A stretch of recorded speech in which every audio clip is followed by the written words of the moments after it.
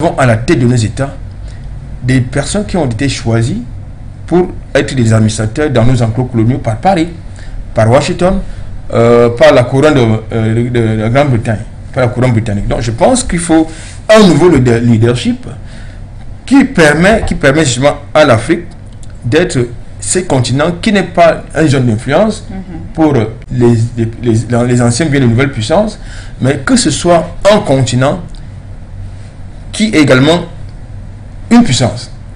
Aujourd'hui, malheureusement, quel que soit le bout par lequel on prend le problème, nous constatons que les mêmes problèmes qui se sont posés hier lors de la lutte des indépendances se posent toujours aujourd'hui dans le contexte de la montée du panafricanisme. Pourquoi? Parce que à l'intérieur même de la dynamique panafricaniste, vous avez des infiltrés qui sont présentés comme étant des panafricanistes, alors qu'ils sont fabriqués par qui vous savez pour justement briser cette dynamique. Donc je crois qu'aujourd'hui, le problème c'est qu'il faut un nouveau leadership. Je ne sais pas de leadership nationaliste. Il y en a qui pensent que l'Afrique n'a plus besoin de nationalisme. Il existe.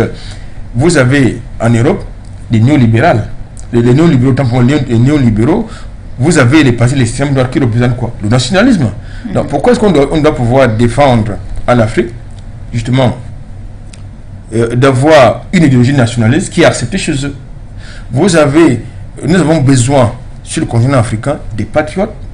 Je pense qu'avec la montée en puissance justement du panafricanisme, on espère que le rêve que portaient Kwame Nkrumah et ses camarades va se réaliser. Alors, vous espérez en tout cas. Pour revenir encore sur cette question de rupture avec le franc CFA, Albert Natola, ici avant cela, permettez-moi de rappeler aux fidèles téléspectateurs, voilà, votre programme interactif, la matinale For You m'attend. Alors, cela vous donne donc également l'opportunité de pouvoir nous contacter via les numéros qui apparaissent de temps en temps sur votre écran. On ne vous gêne également pas de communiquer avec nous via nos différentes plateformes d'information en ligne que sont Facebook ou encore YouTube. Alors, je reviens sur cette question de la rupture du franc CFA. Albert Anatola ici, ceux qui pensent que cette rupture se fera étape par étape voient déjà au fait que les nouveaux billets aient été battus du côté de la Suisse, ou encore, je peux employer le thème fabriqué, voilà, que ces nouveaux billets étaient fabriqués du côté de la Suisse et non en chamalière en France, comme cela avait été le cas jusqu'ici. Cela voit une certaine évolution de la rupture avec l'ancien colon. Vous n'êtes pas de cet avis? Non, jusque-là, nous sommes dans le cosmétique. Le fait que les pays de l'Union monétaire de l'Afrique centrale aient choisi que le franc CFA soit imprimé par la société SIPA du côté de la Suisse, ne constitue pas en soi une évolution. Ce n'est pas une évolution. Ce n'est pas une révolution. Ce n'est ni une évolution, ce n'est ni une évolution, ce n'est ni une évolution. C'est juste un changement de casting. C'est-à-dire que la Suisse se trouve où? Sur le continent européen. Mais est-ce que c'est pas aussi une sorte de rupture déjà avec la France, puisque effectivement de nombreux Africains se demandaient mais pourquoi est-ce que le franc CFA est imprimé en France, que ce sont des signes de la domination que Paris avait encore sur ses anciennes colonies. Alors maintenant que les pays de la zone CEMAC décident de faire imprimer leur monnaie du côté de la Suisse, que ce n'est pas une forme déjà de rupture qui se dessine à l'horizon? Non, ça peut, selon vous certainement, ou bien selon certains téléspectateurs, mais de notre point de vue, non. Pourquoi est-ce que l'Europe est imprimée en Asie ou aux États-Unis? Non. L'euro n'est pas imprimé en Asie ou aux États-Unis, c'est bien imprimé en euros sur le continent européen, pas une société européenne. Mais pourquoi voulez-vous que notre monnaie soit imprimée ailleurs? Est-ce que nous n'avons pas de l'expertise pour le faire chez nous? C'est ça qui est la question. Alors une véritable révolution, selon vous, de cet aspect-là, l'aspect d'imprimer la monnaie, aurait été que ces nouveaux billets soient imprimés en terre africaine, dans un pays africain ou pourquoi pas de la zone CEMAC? Non, je voudrais vous dire que là nous sommes dans les questions techniques. Les questions techniques, c'est que vous faites le choix de qui va imprimer votre monnaie. Si c'est une monnaie. Ça, c'est une question technique. Mais la question de fond est politique. Que le franc CFA soit imprimé à Washington, qu'il soit imprimé au Japon, en Corée du Nord ou bien en Suisse, comme c'est le cas pour les nouvelles coupures, tant que cette fameuse monnaie est contrôlée par Paris, quand ça passe par le trésor français, ce n'est pas une monnaie. Tant que, vous savez, vous avez un État à plusieurs piliers de souveraineté. Oui. Et parmi les piliers de cette souveraineté, vous avez la monnaie. Cette monnaie-là que vous appelez le franc CFA. Mais vous connaissez, les Français ne connaissent pas le franc CFA. C'est-à-dire, les Français connaissent le dollar. Les Suisses connaissent le dollar ou même le yuan. Mais est-ce que les Suisses connaissent le franc CFA? Il y en a qui ne connaissent même pas ça. Ils ne connaissent même pas que le franc CFA existe. Voilà, que c'est une monnaie qui existe. Ça n'existe pas. Ils ne connaissent pas ça. Exception faite de ceux qui viennent sur le continent africain, du moins dans les pays qui utilisent le franc, qui ont pour monnaie le franc CFA. En dehors de ces locodèmes qui viennent chez nous faire des affaires. Mais sinon, si c'était une monnaie ou une devise, mais pourquoi ces gens qui viennent chez nous travailler, ces blancs qui viennent chez nous, comment vous les appelez, qui viennent chez nous travailler, pourquoi n'accepteraient-ils pas être payés, que leurs contrats soient payés en francs CFA? Mais pourtant, leurs contrats sont payés en euros. Négociés même en euros. Leurs contrats, leur argent, ils sont rémunérés en euros, non en francs CFA. Pourquoi? Parce qu'eux-mêmes ne reconnaissent pas le franc CFA. C'est de ça qu'il est question. Mais demandez donc à Bolloré qui vient sur le continent africain faire des affaires que certains de ces contrats soient libellés en francs CFA. Donc ça pose un problème. Nous sommes dans ma préoccupation est de politique. Les questions que vous mettez sur la table sont des questions. Est-ce que cette révolution, effectivement, ne doit pas prendre en compte tous ces volets, à savoir le volet technique, le volet politique que vous évoquiez? On sait que le président, je reviens encore sur ces propos du maréchal Idriss Déby Itno, qui effectivement, en évoquant la question du franc CFA, avait aussi mis en exergue l'apparence même de cette monnaie, la qualité même du matériel utilisé pour cette monnaie qu'il avait jugée vraiment légère. Est-ce que tout cela, effectivement, n'entre pas dans le cadre pratiquement de cette révolution du franc CFA? Peut-être. Et on sait que les nouveaux billets, parmi les critiques que l'on a notées à l'encontre des anciens billets, il y avait effectivement cette mauvaise qualité, à savoir c'était des billets qui finalement étaient facilement chiffonnés. Je crois qu'il est très tôt d'apprécier la qualité de ces copies, puisque vous insistez là-dessus. Je crois qu'il est très tôt d'apprécier la qualité de nouvelles coupures. Et je crois que leur arrivée dans l'espace monétaire ne date qu'il y a quelques jours. C'est depuis le 15 décembre dernier. Donc ça ne fait même pas une semaine. Ça ne fait pas une semaine. Donc on ne peut pas encore préjuger de leur qualité ou bien de leur mauvaise qualité. Tout à l'heure, je vous faisais comprendre que c'est depuis tous les 10 ans, tous les 20 ans non, tous les 10 ans, 10 ans, oui. tous les 10 ans, la BEAC a toujours procédé au changement de coupure. Cette fois-ci, le dernier changement de coupure a fait quand même 20 ans. C'est vu le dernier changement, ça date de 2002. Bon, pour l'information, n'est-ce pas, des spectateurs et auditeurs qui vous suivent, de manière progressive, les questions de retirer les anciennes coupures, c'est-à-dire les coupures de 1992, les coupures de 2002, jusqu'à, je crois, en juin 2024. Passer ces délais, c'est ça plus possible. Donc, c'est ça plus possible, les questions à partir de mars 2023, toutes ces coupures peuvent être changées dans la fameuse banque centrale, que vous appelez la BEAC, et dans les banques commerciales.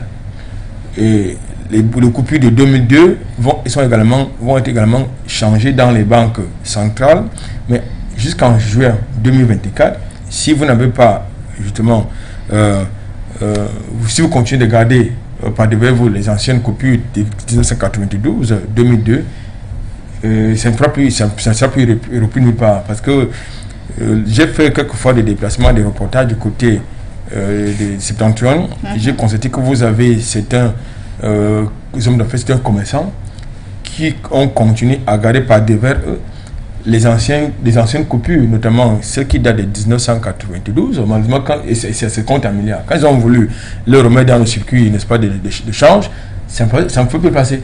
Donc, il faut donc passer cette information à vos téléspectateurs et auditeurs. Maintenant, comme je l'ai dit, pour ceux qui bien sûr seront tentés par l'idée de conserver les anciens, de conserver leur fortune, parce que vous avez des gens qui gardent dans leur domicile des milliards, des millions et des milliards. Il faut donc progressivement, en tout cas avant juin 2024, qu'ils pensent à changer.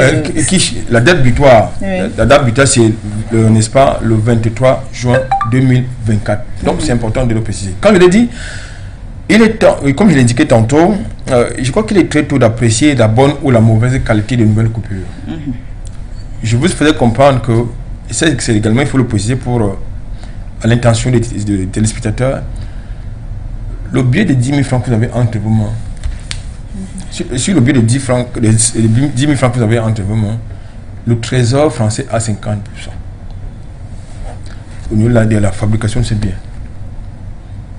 Donc, je pense qu'aujourd'hui, lorsque nous insistons sur l'urgence d'avoir une véritable monnaie qui n'a pas la consonance franc, machin. Expliquez aussi, il serait bien d'expliquer aux téléspectateurs pourquoi effectivement le trésor français a 50% dans les billets qui circulent en Ça fait partie des accords de coopération. Vous avez fait comprendre que c'est la France qui a créé le franc CFA. Oui. Il y en a qui vous ont fait comprendre que le franc CFA, c'est une très bonne monnaie parce qu'elle est convertie du fait de sa parité avec l'euro. Avant, c'était avec le franc CFA. Parce que il donne une certaine constance parce que ça permet d'avoir la stabilité. Oui. Ça a une certaine stabilité, notamment au niveau du marché international. Ça a une certaine convertibilité avec l'euro. Oui, mais ça, c'est ce qu'on dit. Peut-être que c'est vrai. Mais du point de vue conjoncturel et politique, il faut dire que le franc CFA est plus un problème qu'une solution pour les pays utilisateurs. Il faut insister là-dessus. Le franc CFA est plus un problème qu'une solution pour les pays utilisateurs, du point de vue économique et même du point de vue financier. Et en même temps, en ce qui concerne des politiques économiques des États utilisateurs, je vous fais comprendre qu'aujourd'hui, Washington est capable d'avoir la planche à billets, n'est-ce pas, distribuer les milliards qu'il peut distribuer dans tous les 4 coins du monde, alors que c'est un pays en récession.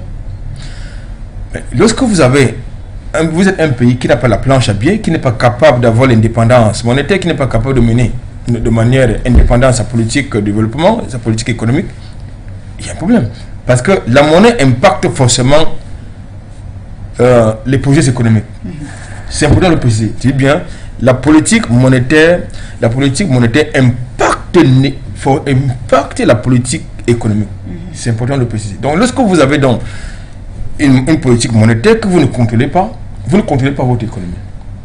La preuve, c'est que la plupart des politiques économiques de nos États, les États utilisateurs du franc CFA, cette politique-là est orientée vers la consommation et non dans la production. Alors, comment comprendre aujourd'hui, puisque je vais généraliser, que dans certains pays, voilà, qui ont quand même eu le privilège, si je peux l'appeler ainsi, d'avoir à leur tête, qui ont même le privilège d'avoir à leur tête des économistes, n'aient pas soulevé tous ces aspects que vous évoquez sur la fragilité du franc CFA à l'échelon mondial par rapport aux autres monnaies que sont l'euro, le dollar. Comment savoir? Il y a des pays africains, on ne va pas citer les noms, qui ont quand même à leur tête des économistes, des hommes qui ont travaillé dans la finance internationale. Bon, écoute, déjà, l'économie, c'est différent de la finance. Vous avez des économistes qui ne comprennent que dalle de l'économie. Mais lorsque vous voyez leur gestion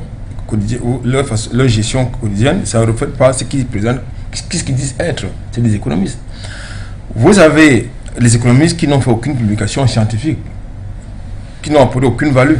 Aucune plus-value par rapport à ce qui prétendent être. Je pense qu'aujourd'hui, il y a aussi, c'est vrai, que du fait d'une conjonction de facteurs, tout à l'heure je parlais des questions de souveraineté, notamment en ce qui concerne les politiques économiques, la plupart des politiques économiques des États utilisateurs du franc CFA sont conduits de l'extérieur. Lorsque vous avez, je prends une parenthèse, lorsque vous avez quelqu'un comme monsieur Bruno Le Maire qui se balade depuis hier du côté Abidjan pour aller inaugurer je veux dire, une ligne, je crois, de métro, qui est financée par qui? Qui est financée par l'État français et qui va être contrôlée par l'État français, il y a un problème. Et vous savez pourquoi il peut le faire? Parce que justement, la Côte d'Ivoire appartient à la zone franc CFA. À la zone franc, à la zone franc. Et c'est franc, et c'est la Côte d'Ivoire qui contrôle toute l'économie de la Côte d'Ivoire. C'est la France qui contrôle l'économie du Burkina Faso. C'est la France qui contrôle l'économie, une partie de l'économie camerounaise. C'est vrai que du côté du Cameroun, sont en compte, et certaines sociétés françaises sont en train de perdre des contrats, mais le problème reste évidemment le même. C'est-à-dire que aujourd'hui, il y a, même si vous avez un budget de 6 000 milliards, comme c'est qui est annoncé pour 2023, ça devient très difficile de pouvoir mener à bien des politiques de développement, mis à part des questions de gouvernance, bien évidemment. Pour résoudre certains problèmes, je prends un exemple. Pour mettre Douala, la ville de Douala dans le statut de ville, de capitale moderne, à l'image, n'est-ce pas, par exemple, de Paris, à l'image de Washington, vous savez combien de milliards il faut? Il vous faut 2 000 milliards. 2 000 milliards de francs CFA pour moderniser la ville de Douala. Bon, avec un budget, c'est vrai que Douala maintenant, pour moderniser toute la ville du Cameroun, avec un budget de 6 000 milliards, vous faites comment? Si vous n'avez pas une politique monétaire que vous contrôlez de manière indépendante, vous n'avez pas la planche à billets. C'est ça le problème. C'est ça le problème de fond. C'est-à-dire que si vous n'avez pas la souveraineté monétaire, c'est difficile. Maintenant, pour revenir à la question que vous me posez par rapport à l'utilité, n'est-ce pas, des économistes que nous avons sur le continent africain, il y en a qui ont fait des travaux extraordinaires, qui ont fait des propositions, quelquefois avec le pouvoir central, dans la perspective justement de sortir nos États du marasme dans lequel il se trouve, je ne sais pas, du marasme économique, mais de se protéger dans la modernisation, n'est-ce pas, du pays. Mais très souvent, ils ne sont pas écoutés. Ou bien on leur oppose le fait que, justement, dans le contexte actuel de l'embrigadement de la souveraineté politique et monétaire, voire économique de nos États, c'est très difficile. C'est très difficile, puisqu'aujourd'hui, la plupart des multinationales qui arrivent sur le continent africain, qui produisent de l'argent, mais cet argent-là ne repart tout de suite, pas des circuits que vous connaissez. Et il s'agit justement de l'évasion, ce sont des évasions fiscaux. Les évasions fiscales, ce sont des évasions fiscales. Donc je crois qu'aujourd'hui, ce qui est important, c'est que justement, ces économistes-là que vous convoquez, se mettent au travail. Ailleurs, comme aux États-Unis, par exemple, ce sont les universitaires qui pensent. Ils sont utilisés par le pouvoir politique pour penser la vision économique, pour penser des projets de développement. Mais dans nos enclos coloniaux, est-ce que c'est le cas? Je ne pense pas, parce que si c'était le cas, nos pays auraient un sort un peu plus différent. C'est-à-dire que nous aurons le pays émergent et non le pays pauvre, endetté et très endetté. Alors, vous aviez affirmé sur ce plateau que la politique monétaire impacte fortement l'économie. Alors, que pensez-vous déjà de l'idée de faire circuler de nouveaux billets dans la zone CEMAC, alors qu'il y a cette question de pénurie des pièces d'argent qui est un véritable casse-tête, une véritable réalité depuis près de 5 ans déjà dans cette zone monétaire qu'est la CEMAC?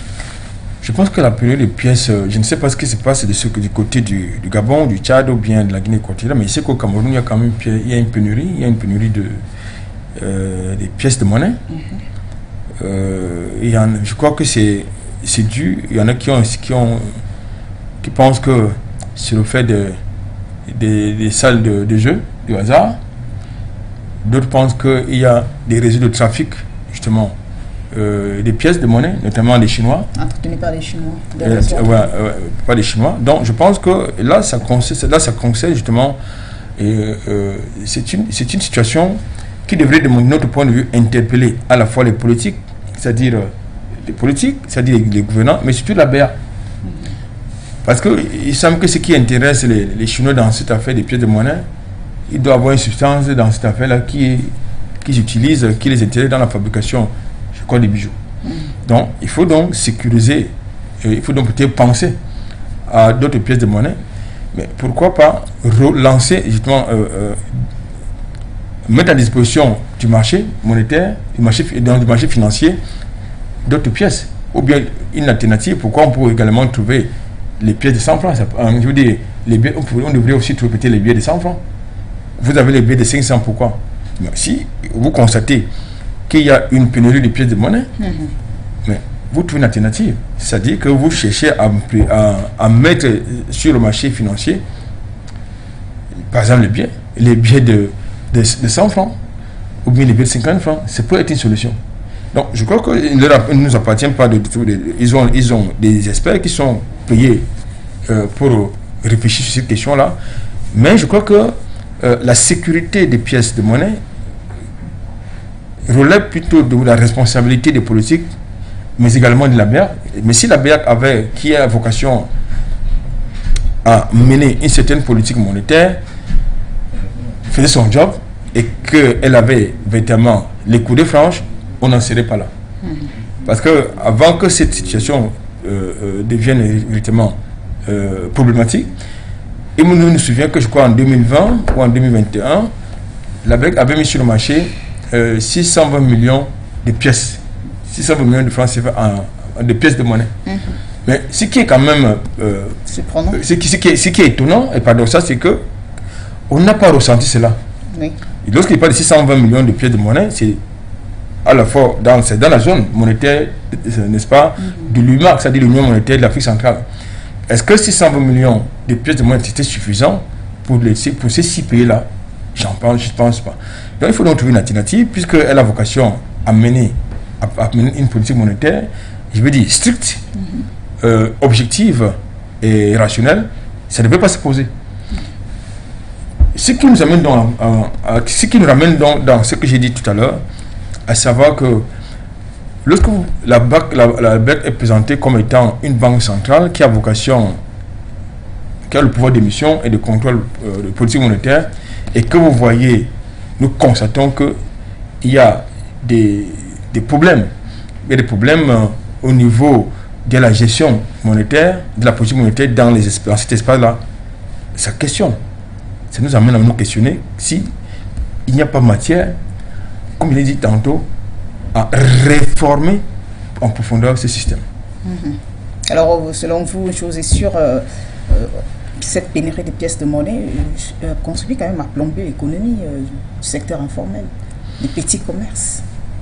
Mais écoutez, je pense que, tout à l'heure, comme je vous l'ai dit, je crois que c'est également un problème, c'est un problème cosmétique. C'est pas parce qu'il y a la rareté des pièces de monnaie que ça peut plomber, n'est-ce pas, le tissu économique, je ne pense pas. Moi, j'ai plutôt constaté que de manière systématique, vous avez des commerçants qui pour le malin plaisir à vous faire comprendre qu'ils n'ont pas de pièces de monnaie. C'est-à-dire qui ont le malin plaisir à ne pas vous rembourser. C'est-à-dire quand vous allez quelque part faire une emplette, il faut aller avec la monnaie, n'est-ce pas, proportionnellement au montant de l'objet ou bien l'article que vous voulez acheter. Dès lors qu'il y a des questions de remboursement, ça pose un problème. Donc je crois qu'il faut également questionner même ces circuits un peu brumeux les circuits mafieux. Ça aussi, vous savez, dans un contexte de crise, chacun veut tirer son épingle de chacun veut faire son business. Vous avez donc des crises qui créent des business. Il y a donc, à côté de cette crise des pièces de monnaie, il y a donc un business des pièces de monnaie qui s'est mis en place. Donc, je crois que là également, ça interpelle la responsabilité des politiques. Alors, je vais revenir effectivement sur cette pénurie de pièces de monnaie. On sait que l'écrivain camerounais Kalice Béala s'était penché sur la question et elle avait fait savoir, je cite, qu'il se passe quelque chose au Cameroun, on ne sait pas quoi. D'abord, il n'y a plus de pièces pour faire de la monnaie partout sur le marché. Alors, selon ces dernières, elle a posé la question de savoir est-ce est-ce la faute des Chinois si les billets de 500 000 francs et 5 000 ont également disparu dans le pays? Il conviendrait, selon elle, qu'on dise la vérité aux Camerounais. Cette pénurie de monnaie bloque le commerce, elle coupe toute la chaîne des échanges économiques dans un pays où le taux de bancarisation est faible. Elle appauvrit, elle le paupérise. Je reviens à vous faire comprendre que là, c'est la responsabilité des politiques. Si les Chinois font dans le trafic des pièces de monnaie, ça veut dire que, et qu'on les retrouve par exemple dans les conteneurs, comme j'ai entendu parler, ou bien dans les sacs, mais il appartient à l'État de prendre ses responsabilités. C'est-à-dire que pour qu'un conteneur de pièces de monnaie quitte le territoire camerounais pour Pékin, par exemple, ou bien Hong Kong, ça doit transiter par la douane. Et il me semble donc qu'il est de la responsabilité des autorités de l'administration de douane de veiller à ce que ces pratiques cessent. C'est ça qui est la question. Donc je pense également que il y a une certaine opinion qui pense effectivement que cette rareté de pièces de monnaie est faite sciemment, déjà étant donné que ce n'est pas les pays africains qui fabriquent leur monnaie, que cela est fait sciemment pour effectivement appauvrir ce secteur informel-là, ou encore plus précisément le petit commerce. Oui, je tiens à vous dire que ça, ce sont les faits. C'est un constat. C'est un constat que vous faites. Mais de manière concrète, il faut comprendre que il n'y a qu'au Cameroun, je parle du Cameroun parce que c'est au Cameroun que je vis, que tout le monde, la rareté des pièces de monnaie devient un problème pour tous les citoyens. Oui, c'est devient un problème pour tous les citoyens, mais il appartient donc désormais, n'est-ce pas, aux décideurs de trouver des solutions par rapport à cette situation qui, vous l'avez dit, a un impact négatif sur les activités économiques, en tout cas en ce qui concerne le secteur informel.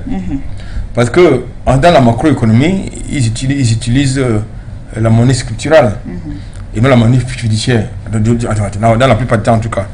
Mais dans le secteur informel, on utilise beaucoup plus la monnaie fiduciaire.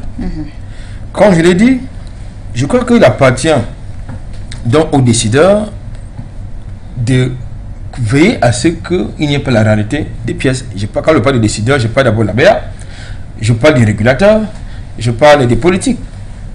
Mais si ce phénomène perdure, ça veut dire qu'il y a un problème. Donc, il y a une absence de régulation dans la politique monétaire. Point barre. Donc, je crois que tout le monde, même vous, quand vous partez chez le boutiquier du coin, vous lui tendez un billet de 1000 francs pour prendre une bouteille d'eau, je crois que ça devient un problème pour vous pour le remboursement. Ça, c'est important. Ça devient un problème pour vous pour le remboursement. Donc, pour terminer sur cet aspect, moi, je voudrais revenir sur des questions de fond. Parce que nous sommes dans les questions cosmétiques. La question de fond, c'est quoi? C'est que il est urgent non seulement d'engager des réformes profondes dans le système monétaire en Afrique centrale et en Afrique de l'Ouest, il est également urgent de mettre en place une monnaie, parce que notre problème, le problème des panafricanistes, c'est une monnaie. Vous ne pouvez pas dire que vous êtes des États indépendants alors que vous n'avez pas l'indépendance monétaire. Vous avez des piliers, c'est un pilier de votre souveraineté qui sont en train d'être gérés par des États tiers, comme la France, qui gère votre monnaie, ce que vous appelez votre monnaie, le franc CFA. Donc, je crois qu'aujourd'hui, il faut s'engager dans cette réforme-là. Et je crois que les dirigeants actuels ne sont pas capables de mener ce combat. Ce sont les panafricanistes qui doivent garder, qui doivent s'engager dans ce combat. Tout à l'heure, je vous indiquais que pour même ceux qui sont, même pour certains hommes politiques, bien certains leaders d'opinion qui sont porteurs de changements sur le continent africain, la question du franc CFA est une question taboue. C'est une question taboue et ça ne devrait pas être une question taboue. Ça, c'est important. Sinon, il serait compliqué de prétendre que nos pays ne sont pas développés parce qu'il y a des problèmes de gouvernance, parce qu'il y a la corruption, il y a le machin. Non, nos pays ne sont pas aussi développés parce que nous ne contrôlons pas à 100% notre destin monétaire, notre destin politique. Alors, on sait que la question de l'utilisation du franc CFA figure parmi les accords, dans les accords coloniaux, les 11 accords coloniaux, à l'utilisation du franc CFA. Alors aujourd'hui, avec ces nouveaux billets qui sont mis en circulation en zone CEMAC, alors que du côté de l'Afrique de l'Ouest, l'on pensait déjà à une monnaie unique, à savoir l'éco, et c'est-à-dire aujourd'hui que ce point, que ces 11 accords coloniaux, eh bien, sont toujours d'actualité, puisque rien n'a changé déjà sur le plan monétaire. Bon, monsieur Macron, et que la rupture souvent prônée par certains panafricanistes, eh bien, n'est pas encore vraiment vrai. Je crois que vous le constatez avec moi, que le problème reste tout entier. Le problème reste entier. Nous, les panafricanistes, nous demandons la souveraineté monétaire. Lorsque De Gaulle part du continent africain, après que la France, les Africains aient libéré la France de l'occupation en Asie, mais il a fait deux promesses aux États africains. Il a fait deux promesses. La première promesse, c'était quoi? C'était l'indépendance politique. Aujourd'hui, est-ce que les pays africains de l'espace francophone sont-ils indépendants, politiquement parlant? Je ne pense pas, plus que c'est Paris qui détermine qui a été mal élu, qui a élu, c'est lui qui se donne, c'est Paris qui distribue les bons et les mauvais points. C'est Paris qui détermine la bonne ou la mauvaise qualité du scrutin, le bon ou le mauvais déroulement du scrutin. C'est Paris qui doit adouber X ou Y. Donc la souveraineté politique, c'est pas encore ça. La souveraineté économique, est-ce que vous en avez? Je ne pense pas. Aujourd'hui, tout à l'heure, je vous prends le cas des moissonneuses batteuses. C'est-à-dire que un paysan français, un agriculteur français peut s'en taper 4 ou 5. Parce que il est subventionné par l'État français. Et parce qu'il utilise l'euro. Est-ce qu'un agriculteur camerounais, malien, gabonais, burkinabé peut s'acheter une moissonneuse batteuse pour moderniser son agriculture, pour améliorer la qualité et la rentabilité? Est-ce qu'un seul État africain, en dehors peut-être du Zimbabwe ou bien de l'Afrique du Sud, qui ne sont pas les anglo-coloniaux français? Oui, parce qu'ils ont été sous la couronne, n'est-ce pas, britannique. Ces États-là qui sont anglo-saxons peuvent, n'est-ce pas, s'octroyer les moissonneuses batteuses, mais pas dans les francophones. Parce que le franc CFA est contrôlé par Paris. C'est lui qui dicte vos choix. C'est lui qui dicte vos choix. Je voulais quand même vous rappeler qu'en 2000, si mes souvenirs sont exacts, en 1984, je crois, à l'époque, c'était la société de transport urbain du Cameroun.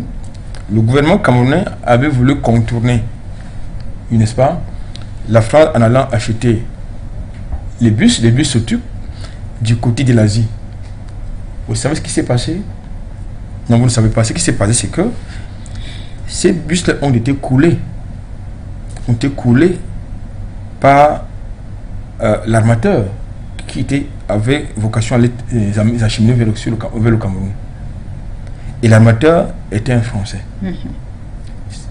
Donc, quand vous êtes dans ce genre de chemin, ça devient un problème. Donc, maintenant, pour revenir à votre question, notre problème, c'est que lorsque je parle de notre problème, je parle des panafricanistes. Nous ne sommes pas dans des problématiques cosmétiques, c'est-à-dire c'est une belle coupure de 1000 francs, de 100 francs, de 10 000 francs, non. Ce sont des questions cosmétiques. Il s'agit là des changements techniques, comme il a dit tantôt, mais le problème de fond, c'est la révolution politique.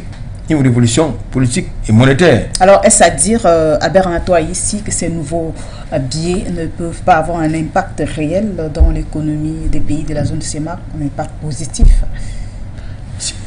C'est quoi ces billets-là, c'est quoi? C'est le dollar ou c'est l'euro? C'est le franc CFA. Bien évidemment. Ça veut dire que vous revenez sur vous me reposez la même question. Il vous fait comprendre que le franc, il faut qu'on trouve une autre monnaie qui ne s'appelle pas le franc CFA, qui n'est pas arrimé à l'euro et qui n'est pas contrôlé par Paris. C'est ça qui est la question. Tout à l'heure, je vous ai indiqué qu'en 1972, la Mauritanie faisait partie des 20 pays qui utilisaient le franc CFA. Ça, beaucoup de personnes l'ont... L'Algérie en faisait partie. Ça, il faut également le préciser. Mais pourquoi est-ce que la Mauritanie et l'Algérie sont sortis de l'affaire-là, du franc? Est-ce que l'Algérie n'est pas un pays économiquement stable? Est-ce que la Mauritanie n'est pas un pays économiquement stable? Pourtant, ces pays-là n'utilisent pas le franc CFA. Ces pays-là ne subissent pas constamment le harcèlement géopolitique de cet État-là tiers, de cet État tiers qui imprime votre monnaie, qui la contrôle et contrôle justement votre politique économique et financière. C'est ce qu'il est question. C'est-à-dire qu'il faut avoir une autonomie politique et financière, ce qui n'est pas le cas. Lorsque vous avez une banque centrale, prétendument, qui est contrôlée par Paris, avec droit de veto, il y a un problème. Il s'agit, ce que j'ai dit de la BEAC, là également pour la BCAO, où vous avez des représentants français qui ont droit de veto. C'est-à-dire, si vous avez un problème de 500 milliards à résoudre, il va falloir que Paris vous donne le quitus pour régler cette question sous la forme d'une aide qui ne vient pas sous forme de cash flow, mais sous forme de service, quelquefois très surfacturé, et exonéré très souvent aussi d'impôts. Donc je pense que là, nous sommes dans une sorte d'imposture. Il faut donc sortir de ce carcan-là. Il faut que nous ayons notre monnaie. Je pense que, comme je l'indiquais tantôt, les combattants qui nous ont précédés dans ce projet de sortie de franc CFA n'ont pas été assassinés pour qu'on nous change tous les 10 ans, bien tous les 20 ans, justement, n'est-ce pas, les coupures de billets de banque. Ces camarades-là ont été assassinés parce qu'ils militaient pour la sortie des francs CFA, de la zone franc, si vous voulez. Il faut sortir de la zone franc. Pourquoi est-ce que l'ECO a été torpillé, le projet ECO a été torpillé du côté de l'Afrique de l'Ouest? Parce que justement, Paris a de grosses dividendes derrière le franc CFA qui lui fournit chaque année plus de 400 milliards de francs CFA. Ça, il faut également le préciser. Donc, pourquoi Paris peut nourrir ses chômeurs? Il peut leur octroyer les indemnités de chômage. Pourquoi? Parce que Paris, c'est où il prend l'argent pour justement nourrir ses chômeurs. Alors que sur le continent africain, en tout cas au Cameroun, au Tchad, au Burkina Faso, en Côte d'Ivoire, ça ne peut pas être la même chose. Donc je crois qu'il faut sortir de ça. Quand nous établissons en parallèle avec ces pays-là qui sont sortis de franc CFA, ils sont plus prospères que les pays utilisateurs de cette monnaie. Alors, on retient donc, avant de passer à la deuxième thématique qui va nous envoyer aux Pays-Bas, que voilà, ces nouveaux coupons de billets ne peuvent pas avoir un impact, si oui, mais pas vraiment considérable. Ça ne peut avoir aucun impact. Tout à l'heure, je vous ai fait comprendre qu'il s'agit tout simplement d'un changement d'emballage. On peut parler effectivement de la prospérité ou encore de ces pays et de la zone CEMAC. Puisque c'est le franc, c'est la monnaie. Il y a quand même l'aspect sécuritaire qui aurait été l'aspect sécuritaire, pour lutter contre la contrefaçon. Oui, mais la contrefaçon, c'est autre chose. Mais je peux vous dire que quelquefois, ce sont les mêmes gens qui vous mettent dans le circuit financier les faux biens. Ça aussi, il faut le dire. Quelquefois, vous allez dans une banque, quelquefois moi, la BEAC, ça dit que vous partez faire une transaction à la BEAC, si vous en avez la possibilité, on vous fourgue de faux biens. Et les mêmes personnes ne détruisent pas ce bien, ces faux biens-là, ils le récupèrent, ce bien, pour le remettre dans le circuit, pour le recycler dans le circuit.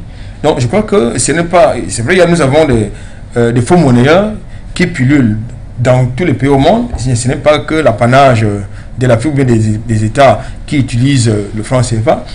La fausse monnaie, c'est un crime financier, c'est un crime économique, c'est un crime financier qui est tout comme le fait des autres faits de société qui sont observés à Washington, à Paris ou ailleurs. Vous avez le faux euro, vous avez le faux dollar, le faux yuan, vous avez donc également le faux naira, vous avez le faux franc CFA.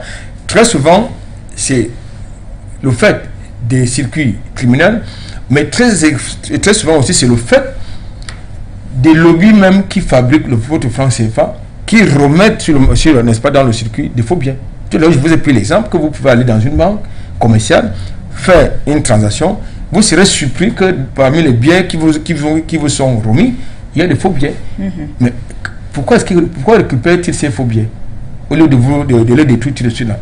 Parce que ça fait partie du business. Alors, merci à vous, Anatola, ici pour cette première thématique. On parlait économie, notamment de la circulation depuis le 15 décembre de nouveaux billets dans les pays de la zone CEMAC. Les 6 pays que sont le Cameroun, la RCA, le Tchad, le Gabon, le Congo, eh bien, connaissent donc les nouveaux coupons de billets. Alors, on va évoluer ce matin sur ce plateau. On va laisser les questions économiques pour revenir sur cette information qui nous vient depuis les Pays-Bas. Le pays a donc décidé, le gouvernement de ce côté-là a demandé des excuses pour l'esclavage, mais du côté des anciennes colonies, on note une certaine indignation. Les anciennes colonies critiquent le fait qu'elles n'aient pas été consultées, malgré bien sûr les promesses faites par le gouvernement néerlandais. On parle de la somme de 200 millions d'euros, voilà, que les Pays-Bas vont mettre sur pied pour le réparer, pour les préjudices liés à cette triste tranche de l'histoire, notamment l'esclavage. Alors on a ici l'idée même déjà de présenter des excuses pour l'esclavage, pour le rôle joué par les Pays-Bas. N'est-elle pas déjà à saluer lorsqu'on sait que de nombreuses nations européennes qui ont contribué à ce triste commerce, qui ont été des acteurs majeurs dans ce triste commerce, ne sont jamais penchés, voilà, sur la question du pardon. Déjà, il faut situer ces sorties du Premier ministre néerlandais dans son contexte. Je voudrais vous déjà vous dire que le Premier ministre néerlandais, c'est un libéral. C'est un libéral. Et sa sortie, et c'était pas ça, une sortie qui était prévue. Il y a eu, ces sorties interviennent dans un contexte où il y a eu un événement majeur au ministère des Affaires étrangères néerlandais, où vous avez, n'est-ce pas, des afro-descendants, ou si vous voulez des citoyens de race noire, qui ont été victimes de traitements et de propos racistes et xénophobes.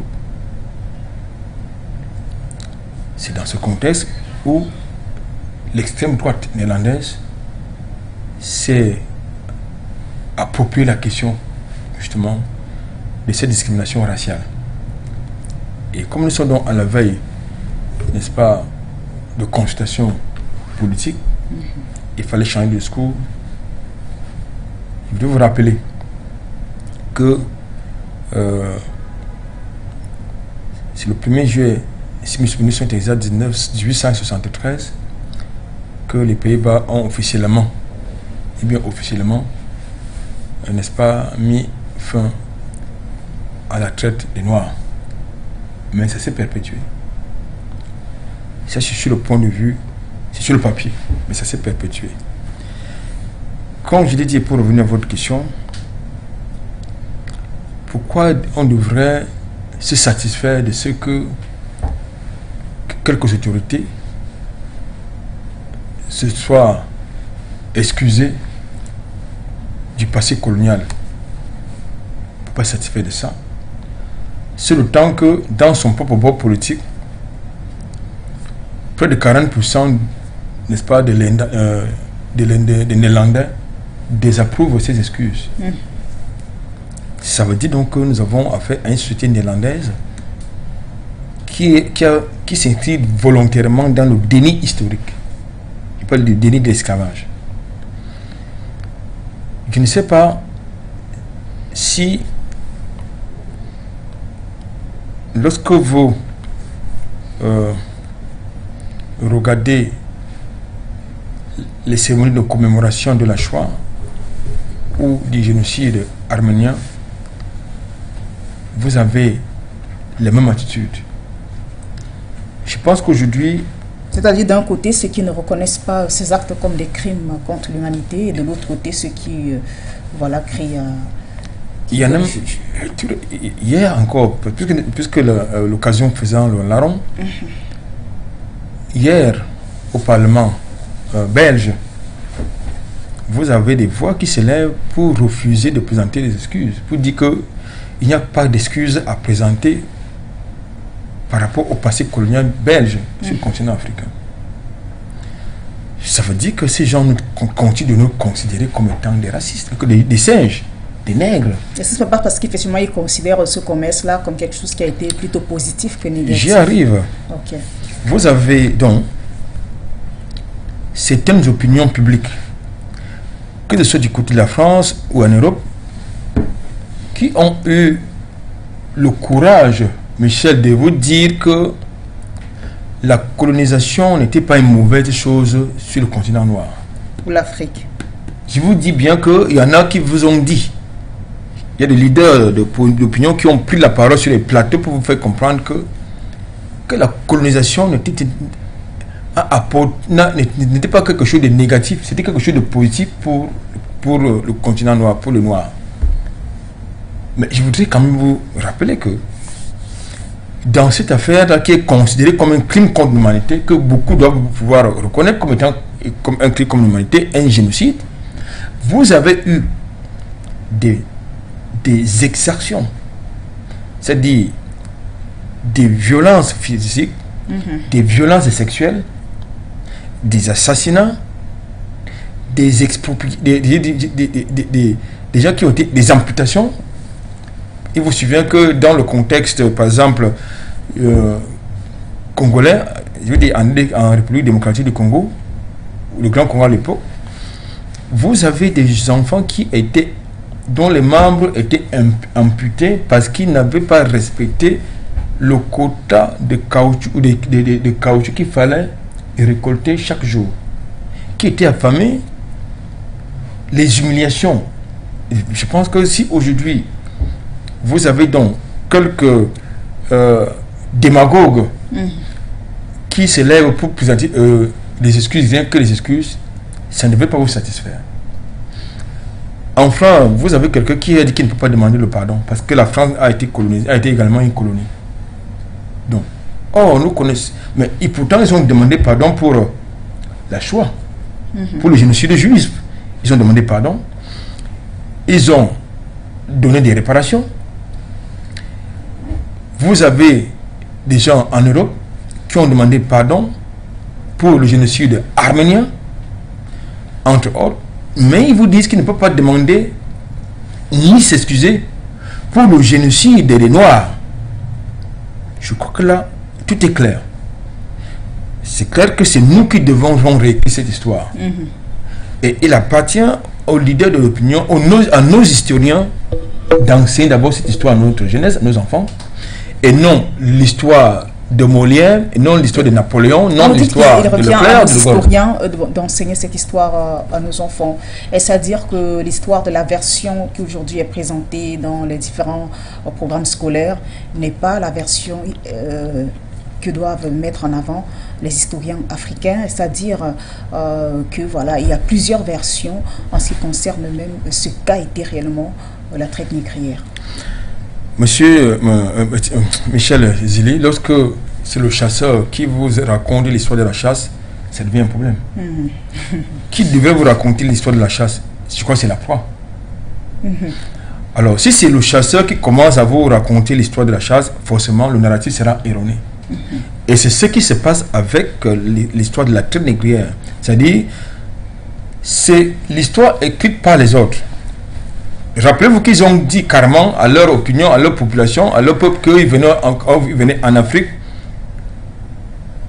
en mission civilisatrice. Et non en mission génocidaire. Quand vous enseignez à un petit français, un petit anglais, que ces aïeux sont venus en Afrique tuer les Africains, pour lui c'est quelque chose vraiment d'inacceptable. C'est quelque chose qui sort de l'ordinaire. C'est-à-dire, c'est quelque chose qui va vous traiter de menteur. Parce que c'est ce que les auteurs qui ont écrit leur histoire sur le continent africain ont dans les livres. Tout à l'heure, vous avez convoqué les réparations, je crois la somme de 200 millions d'euros. Non, il ne s'agit pas, ce n'est pas les réparations.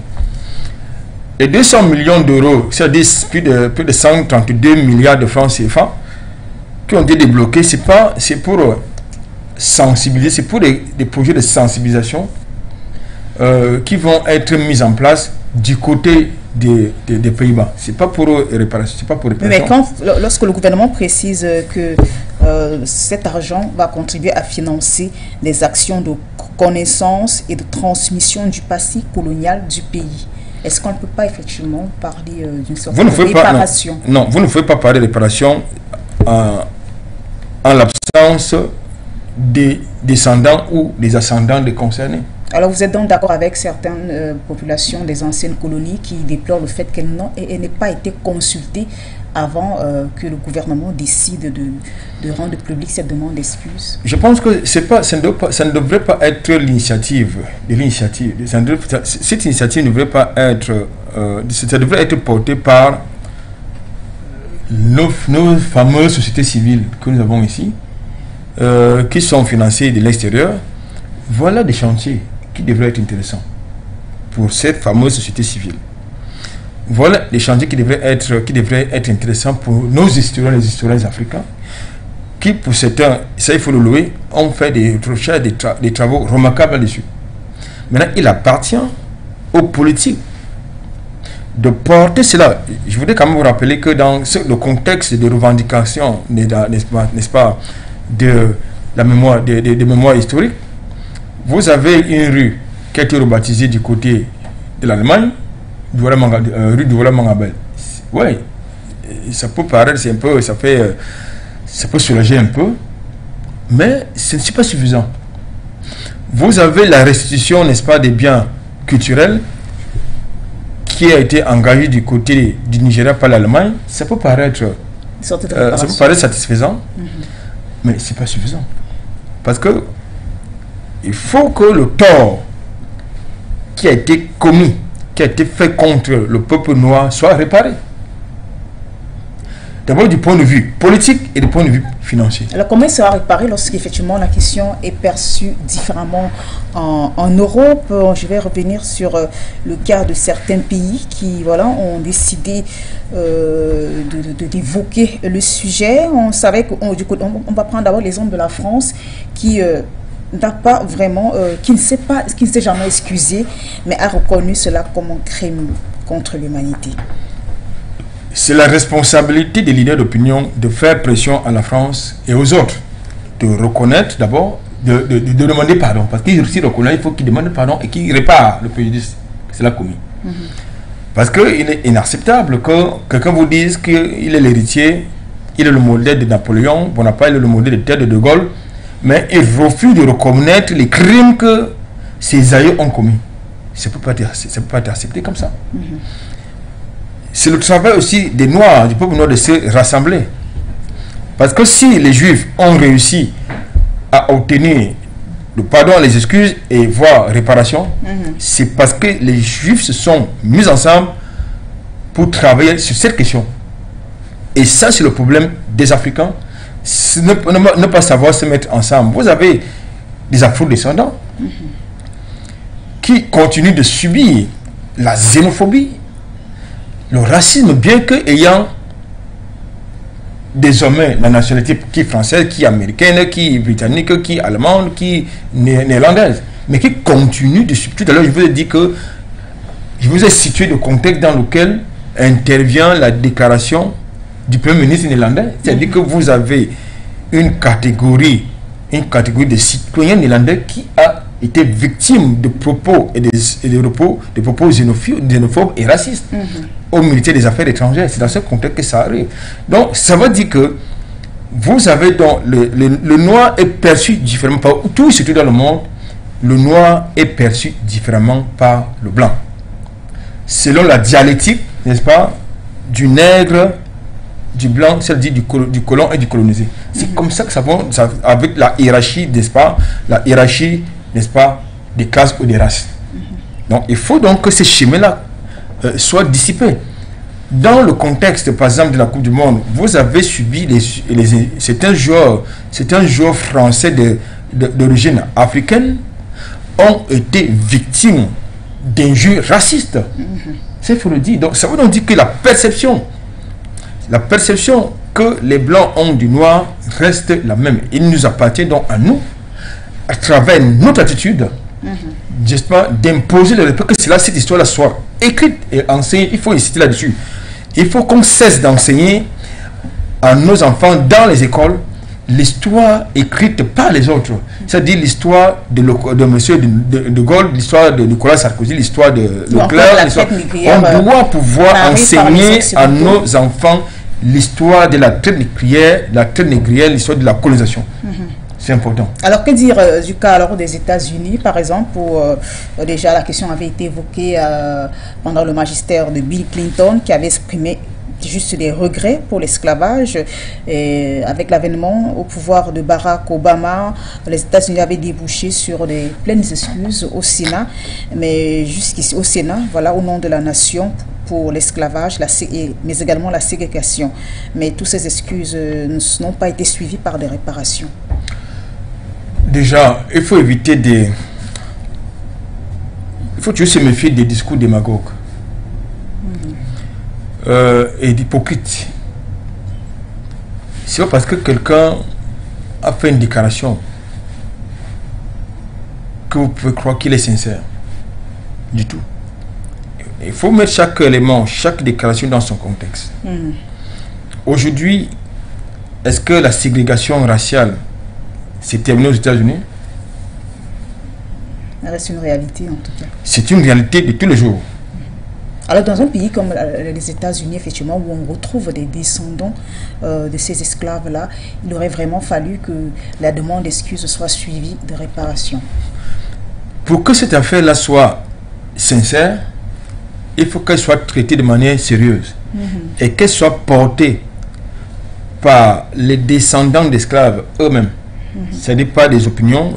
Comme je disais tout à l'heure, j'ai parlé de la société civile, les universitaires, que ce soit traité de la même manière que ça a été traité par les Juifs qui ont subi la Shoah, de la même manière que ça a été traité par les Arméniens qui ont subi le génocide. Donc, il faut donc que les descendants d'esclaves s'assoient pour traiter en profondeur. Certains sont même aux affaires. Ils ont la possibilité de faire des pressions politiques pour que cette question ne soit plus tabou, qu'elle soit réglée de manière sincère. Mais tant que vous avez justement des dissidences même dans la communauté noire, ça ne serait pas réglé. Tout à l'heure, dès que je parle de l'unité politique, c'est très compliqué parce qu'aujourd'hui, pour que des Noirs s'entendent déjà entre eux, c'est un problème. Je vous ai dit que vous avez aux États-Unis, en France, ou même dans les Antilles françaises, des noirs de peau comme vous et moi, qui se prennent pour les blancs. Vous êtes même surpris qu'un noir vous traite des négros alors qu'il est noir de peau comme vous. Mais vous êtes surpris qu'il vous traite des négros. Donc, ça veut dire que dans sa tête, il se prend pour un blanc.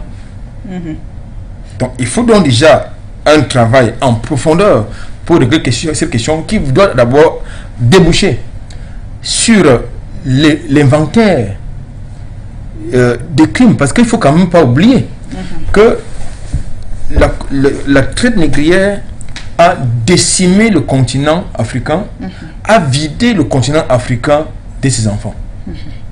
Ça a créé des millions de morts, parce que vous avez certains esclaves qui ne pouvaient pas, qui n'étaient pas assez robustes, qui mouraient quelquefois sur le chemin, étaient jetés dans la mer. Alors quand on parle d'esclavage, certains attribuent aussi voilà, c'est la demande des excuses aux crimes coloniaux.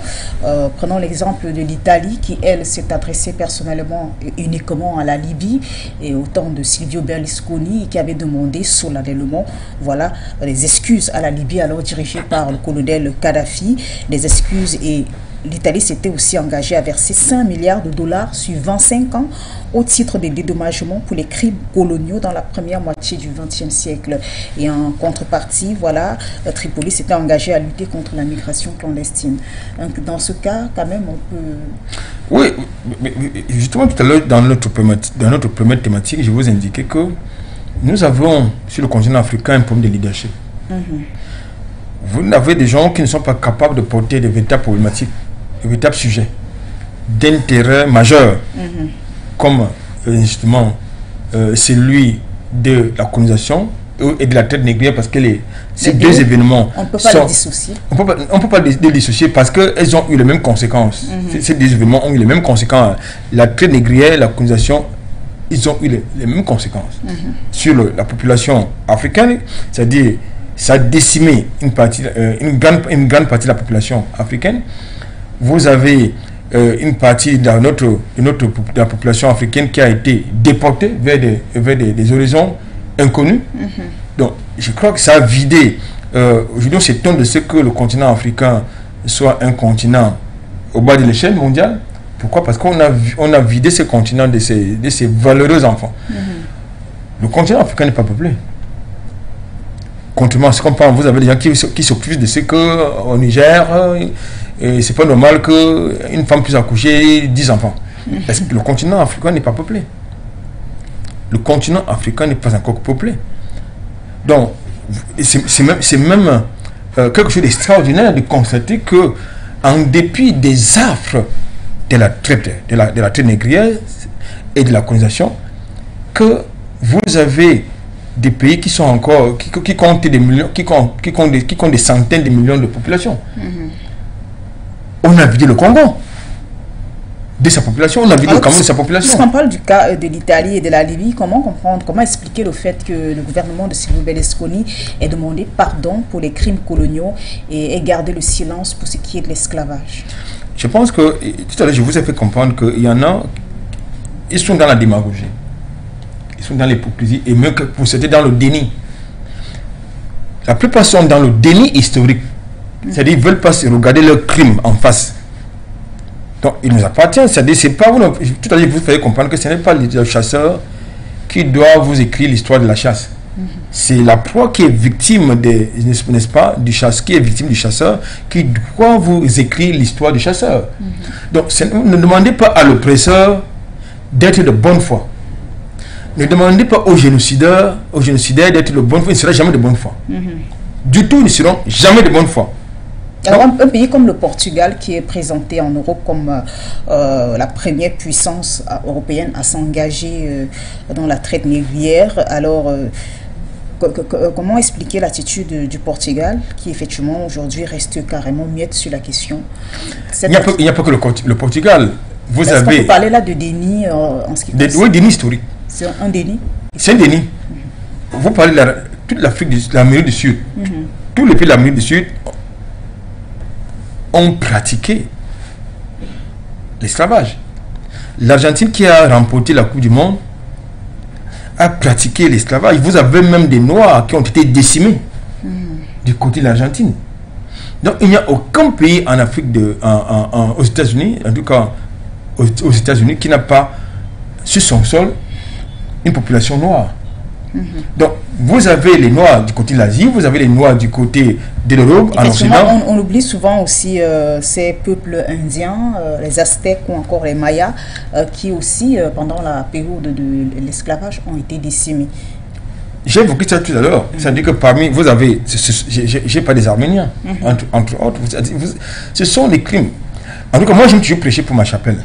C'est-à-dire qu'aujourd'hui, nous parlons, les Juifs ont travaillé. On travaille en profondeur sur la question, sur la question mémorielle, sur la question mémorielle liée au génocide juif. Vous avez les Arméniens qui ont travaillé en profondeur sur les questions mémorielles concernant le génocide arménien. Il appartient au peuple noir, partout où il se trouve, de travailler sur le génocide noir au travers à la fois de la traite négrière, de la colonisation et même du néocolonialisme. Quelquefois, on oublie que même le néocolonialisme fait les victimes. Donc, je pense qu'aujourd'hui, nos universitaires, nos historiens, nos hommes politiques, s'il y en a qui ont une certaine objectivité, qui sont sérieux, ils devaient travailler sur cette question. C'est important parce qu'après aboutir aux réparations, il faut déjà que toutes les étapes, justement, aient été réglées, c'est-à-dire faire l'inventaire, déterminer les auteurs, le nombre de populations décimées, parce que c'est même un fan symbolique, parce qu'un être humain n'a aucune valeur fiduciaire. Alors, vous dites que les Juifs, pour avoir réparation et pour avoir des excuses qui leur ont été présentées, ont eux-mêmes mené ce combat, de même que les Arméniens. Alors, que faire lorsque l'État qui est indexé reste muet? Je prends l'exemple de l'Espagne, par exemple, qui n'a pas donné de suite lorsque le Mexique et le Venezuela ont publiquement demandé de manière officielle à ce que l'Espagne s'excuse pour le génocide des peuples aztèques et mayas. Parce qu'on a en face de soi, voilà, une nation qui refuse, voilà, de se plier à vos exigences. Vous savez, vous avez en Europe plein d'États comme ça, qui sont dirigés par des fascistes, mais qui vous présentent le visage des démocrates, des dirigeants qui respectent les droits humains. Et vous avez certains pays comme ça, qui sont dirigés par des personnes arrogantes et condescendantes qui sont inscrites dans le déni. C'est-à-dire que vous avez, lorsque je veux, permettez-moi un peu de rentrer du côté du narratif de celui qui a l'Élysée, qui s'appelle Macron, qui vous dit que, qui nous traite de complotistes, qui traite de panafricanistes et des révisionnistes, parce que nous évoquons les questions liées d'abord à la traite négrière,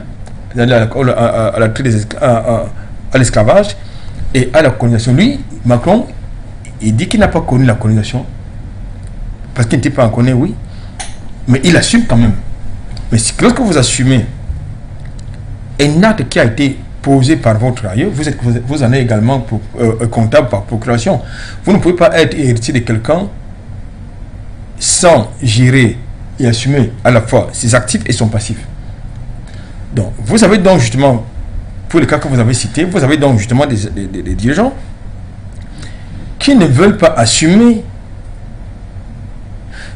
le passif et l'actif des aïeux dont ils revendiquent d'être les descendants. Ça, c'est important de le préciser. Et je crois qu'il appartient, comme je vous ai dit tantôt, il appartient à ces pays-là, à ces peuples-là, qui pensent qu'ils ont subi du tort de demander des réparations. Ce n'est pas eux, ce n'est pas les génocidaires qui seront de bonne foi. Je vous l'ai dit tout à l'heure. Le criminel n'est jamais de bonne foi.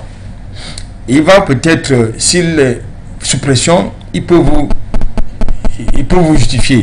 En tout cas, ils vous justifieront toujours, quelquefois, leurs crimes, mais en aucun cas, ils ne les assumeront nullement.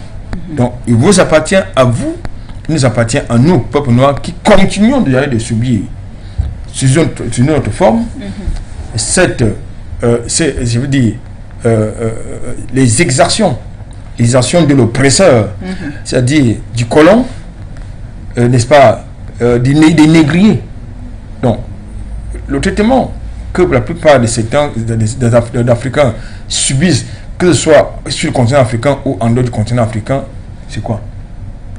Il y a beaucoup d'Africains, des races noires, sont traités comme tels, c'est-à-dire comme des nègres. Alors, selon vous, chaque peuple doit porter son combat et doit se tourner vers son oppresseur. Bon, si on prend le cas de l'Allemagne qui en 2004 avait reconnu le génocide au début du XXe siècle en Namibie contre les peuples Nama et Herero, l'Allemagne s'est excusée en 2021 avec à la clé des projets de développement financiers en Namibie pour 1,3 milliard d'euros sur 30 ans. Est-ce que dans ce cas-là, on peut effectivement dire qu'il y a eu des excuses effectivement suivies d'actes qui prouvent que le préjudice sera payé? Non, je pense que le préjudice ne peut pas être réparé. Réparé, oui. Il s'agit tout simplement des mesures, je peux appeler ça d'apaisement. Parce que comme je vous l'ai dit tantôt, un être humain n'a aucune valeur fiduciaire. Vous ne pouvez pas acheter un être humain. Il faut une reconnaissance. Il faut une reconnaissance par l'oppresseur des crimes commis, des traitements très souvent inhumains infligés aux autres êtres humains, qui étaient considérés selon la dialectique, n'est-ce pas, du colon et du colonisé, ou bien du maître et de l'esclave. Des humiliations, des exactions. Donc, pour revenir à votre question, je crois que chaque peuple finalement doit pouvoir... Parce que si tout le monde attend qu'il y ait une unité politique, comme je dis, comme il le souhaite, pour qu'on puisse ensemble porter les mêmes problématiques, peut-être exiger la création, n'est-ce pas, du tribunal de Nuremberg 3 ou 2, c'est ça très compliqué, ça prendra encore des siècles. Mais lorsque vous dites effectivement, Anatola, ici, qu'un être humain n'a pas de valeur, c'est-à-dire on ne peut pas payer les torts faits à ses esclaves, on sait quand même que la traite négrière a bénéficié à de nombreux pays, a contribué à la prospérité. Les Pays-Bas dont on parle en ce moment aujourd'hui ont reconnu que la traite négrière a contribué à prospérer l'économie de ce pays. Alors lorsqu'on reconnaît effectivement avoir bénéficié économiquement de cette traite, pourquoi ne pas accompagner des excuses de réparation? Non, je suis en train de vous faire comprendre que les réparations ne peuvent être que symboliques. Parce que si vous avez décimé des millions d'êtres humains pour aller construire vos pays, pour aller travailler dans les plantations de canne à sucre, de tabac, de DVA, pour aller travailler dans les chemins, dans les produits de chemin de fer, entre autres, et il y en a qui en mouraient, qui n'avaient même pas un repas quelquefois par jour. Mais c'est très difficile à estimer ou à évaluer. Ce qu'on leur demande déjà, c'est de reconnaître qu'ils ont commis ces actes barbares. Ils appellent les Noirs des indigènes, des barbares, mais ils sont pires que les Noirs, dont ils s'occupent de la barbarie. Donc je pense qu'aujourd'hui, toute l'Europe, tout l'Occident a été construit par le sang des Africains noirs. Quelquefois, lorsqu'on parle, n'est-ce pas, de l'Europe, lorsqu'on parle de la responsabilité de l'Europe au niveau de la traite négrière, c'est-à-dire l'esclavage ou bien de la colonisation, on a tendance à oublier l'esclavage arabo-musulman qui a également décimé le peuple noir. Donc, je crois que le chantier est vaste. Le chantier est vaste parce que malheureusement, nous n'avons pas dans nos pays, les gens qui soient capables d'avoir le courage de pouvoir porter cela. Je voudrais quand même vous dire une chose. Je salue ici l'association Afrique à venir, qui a largement, avec nos compatriotes qui sont du côté de l'Allemagne, qui ont travaillé pour qu'il y ait une reconnaissance justement du crime commis contre un peuple sawa qui s'appelait Douala Mangabel. Parce qu'il y a eu un travail de fourmi qui ne date pas qui date de depuis, pour qu'on en arrive en Allemagne à baptiser une rue Douala Mangabel. Il y a eu beaucoup d'efforts, il y a eu beaucoup de travail souterrain qui a été fait par Afrique à venir et d'autres de nos compatriotes qui sont en Allemagne pour qu'une partie du patrimoine, des biens culturels du peuple sawa retourne au Cameroun. Je pense que c'est un début de quelque chose, mais il faut que les dirigeants, c'est-à-dire les politiques, que ce soit les dirigeants actuels ou à venir, travaillent évidemment sur cette question avec à la fois des historiens, des anthropologues, les sociologues, entre autres, pour que justement cette question soit réglée avec les avocats, parce que vous avez des questions juridiques qui peuvent être mises à table, qui peuvent être convoquées, évoquées. Donc, pour arriver à cela, c'est un travail de fond, et ce travail de fond a été fait en son temps par les descendants des Juifs qui ont subi la Shoah. Ce travail a été fait par les descendants des Arméniens qui ont subi le génocide.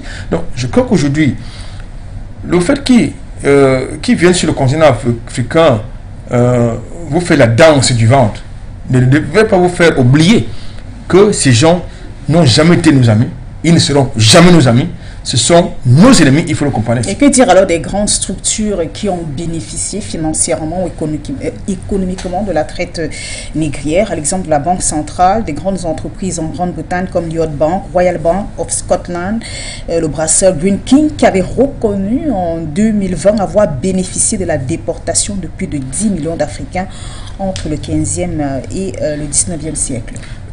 Que dire là lorsqu'on a effectivement affaire à des structures qui avouent avoir effectivement brassé des millions grâce à la traite négrière? Est-ce que ces structures-là aussi ne doivent pas payer la note en quelque sorte? Je pense que ces structures-là agissaient sur la bannière de leur État.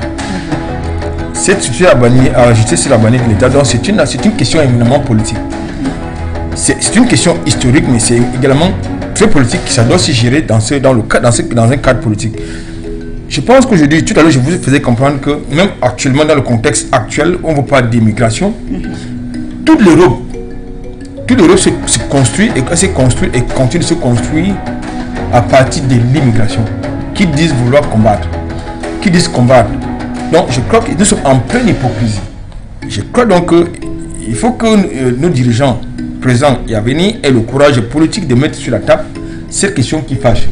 Et ce qui est quand même désolant, c'est que vous avez plusieurs semaines qui se réunissent et auxquels participent certains dirigeants africains, mais ils ne mettent jamais sur la table les questions qui fâchent. Et parmi les questions qui fâchent, il s'agit, n'est-ce pas, de la réparation des questions mémorielles, des questions liées à l'esclavage, des questions liées à la traite négrière, des questions liées à la colonisation et au néocolonialisme. C'est important de mettre cette question sur la table parce qu'aujourd'hui, on vous dit il ne faut pas des droits humains, mais la ségrégation raciale se porte très bien du côté des États-Unis.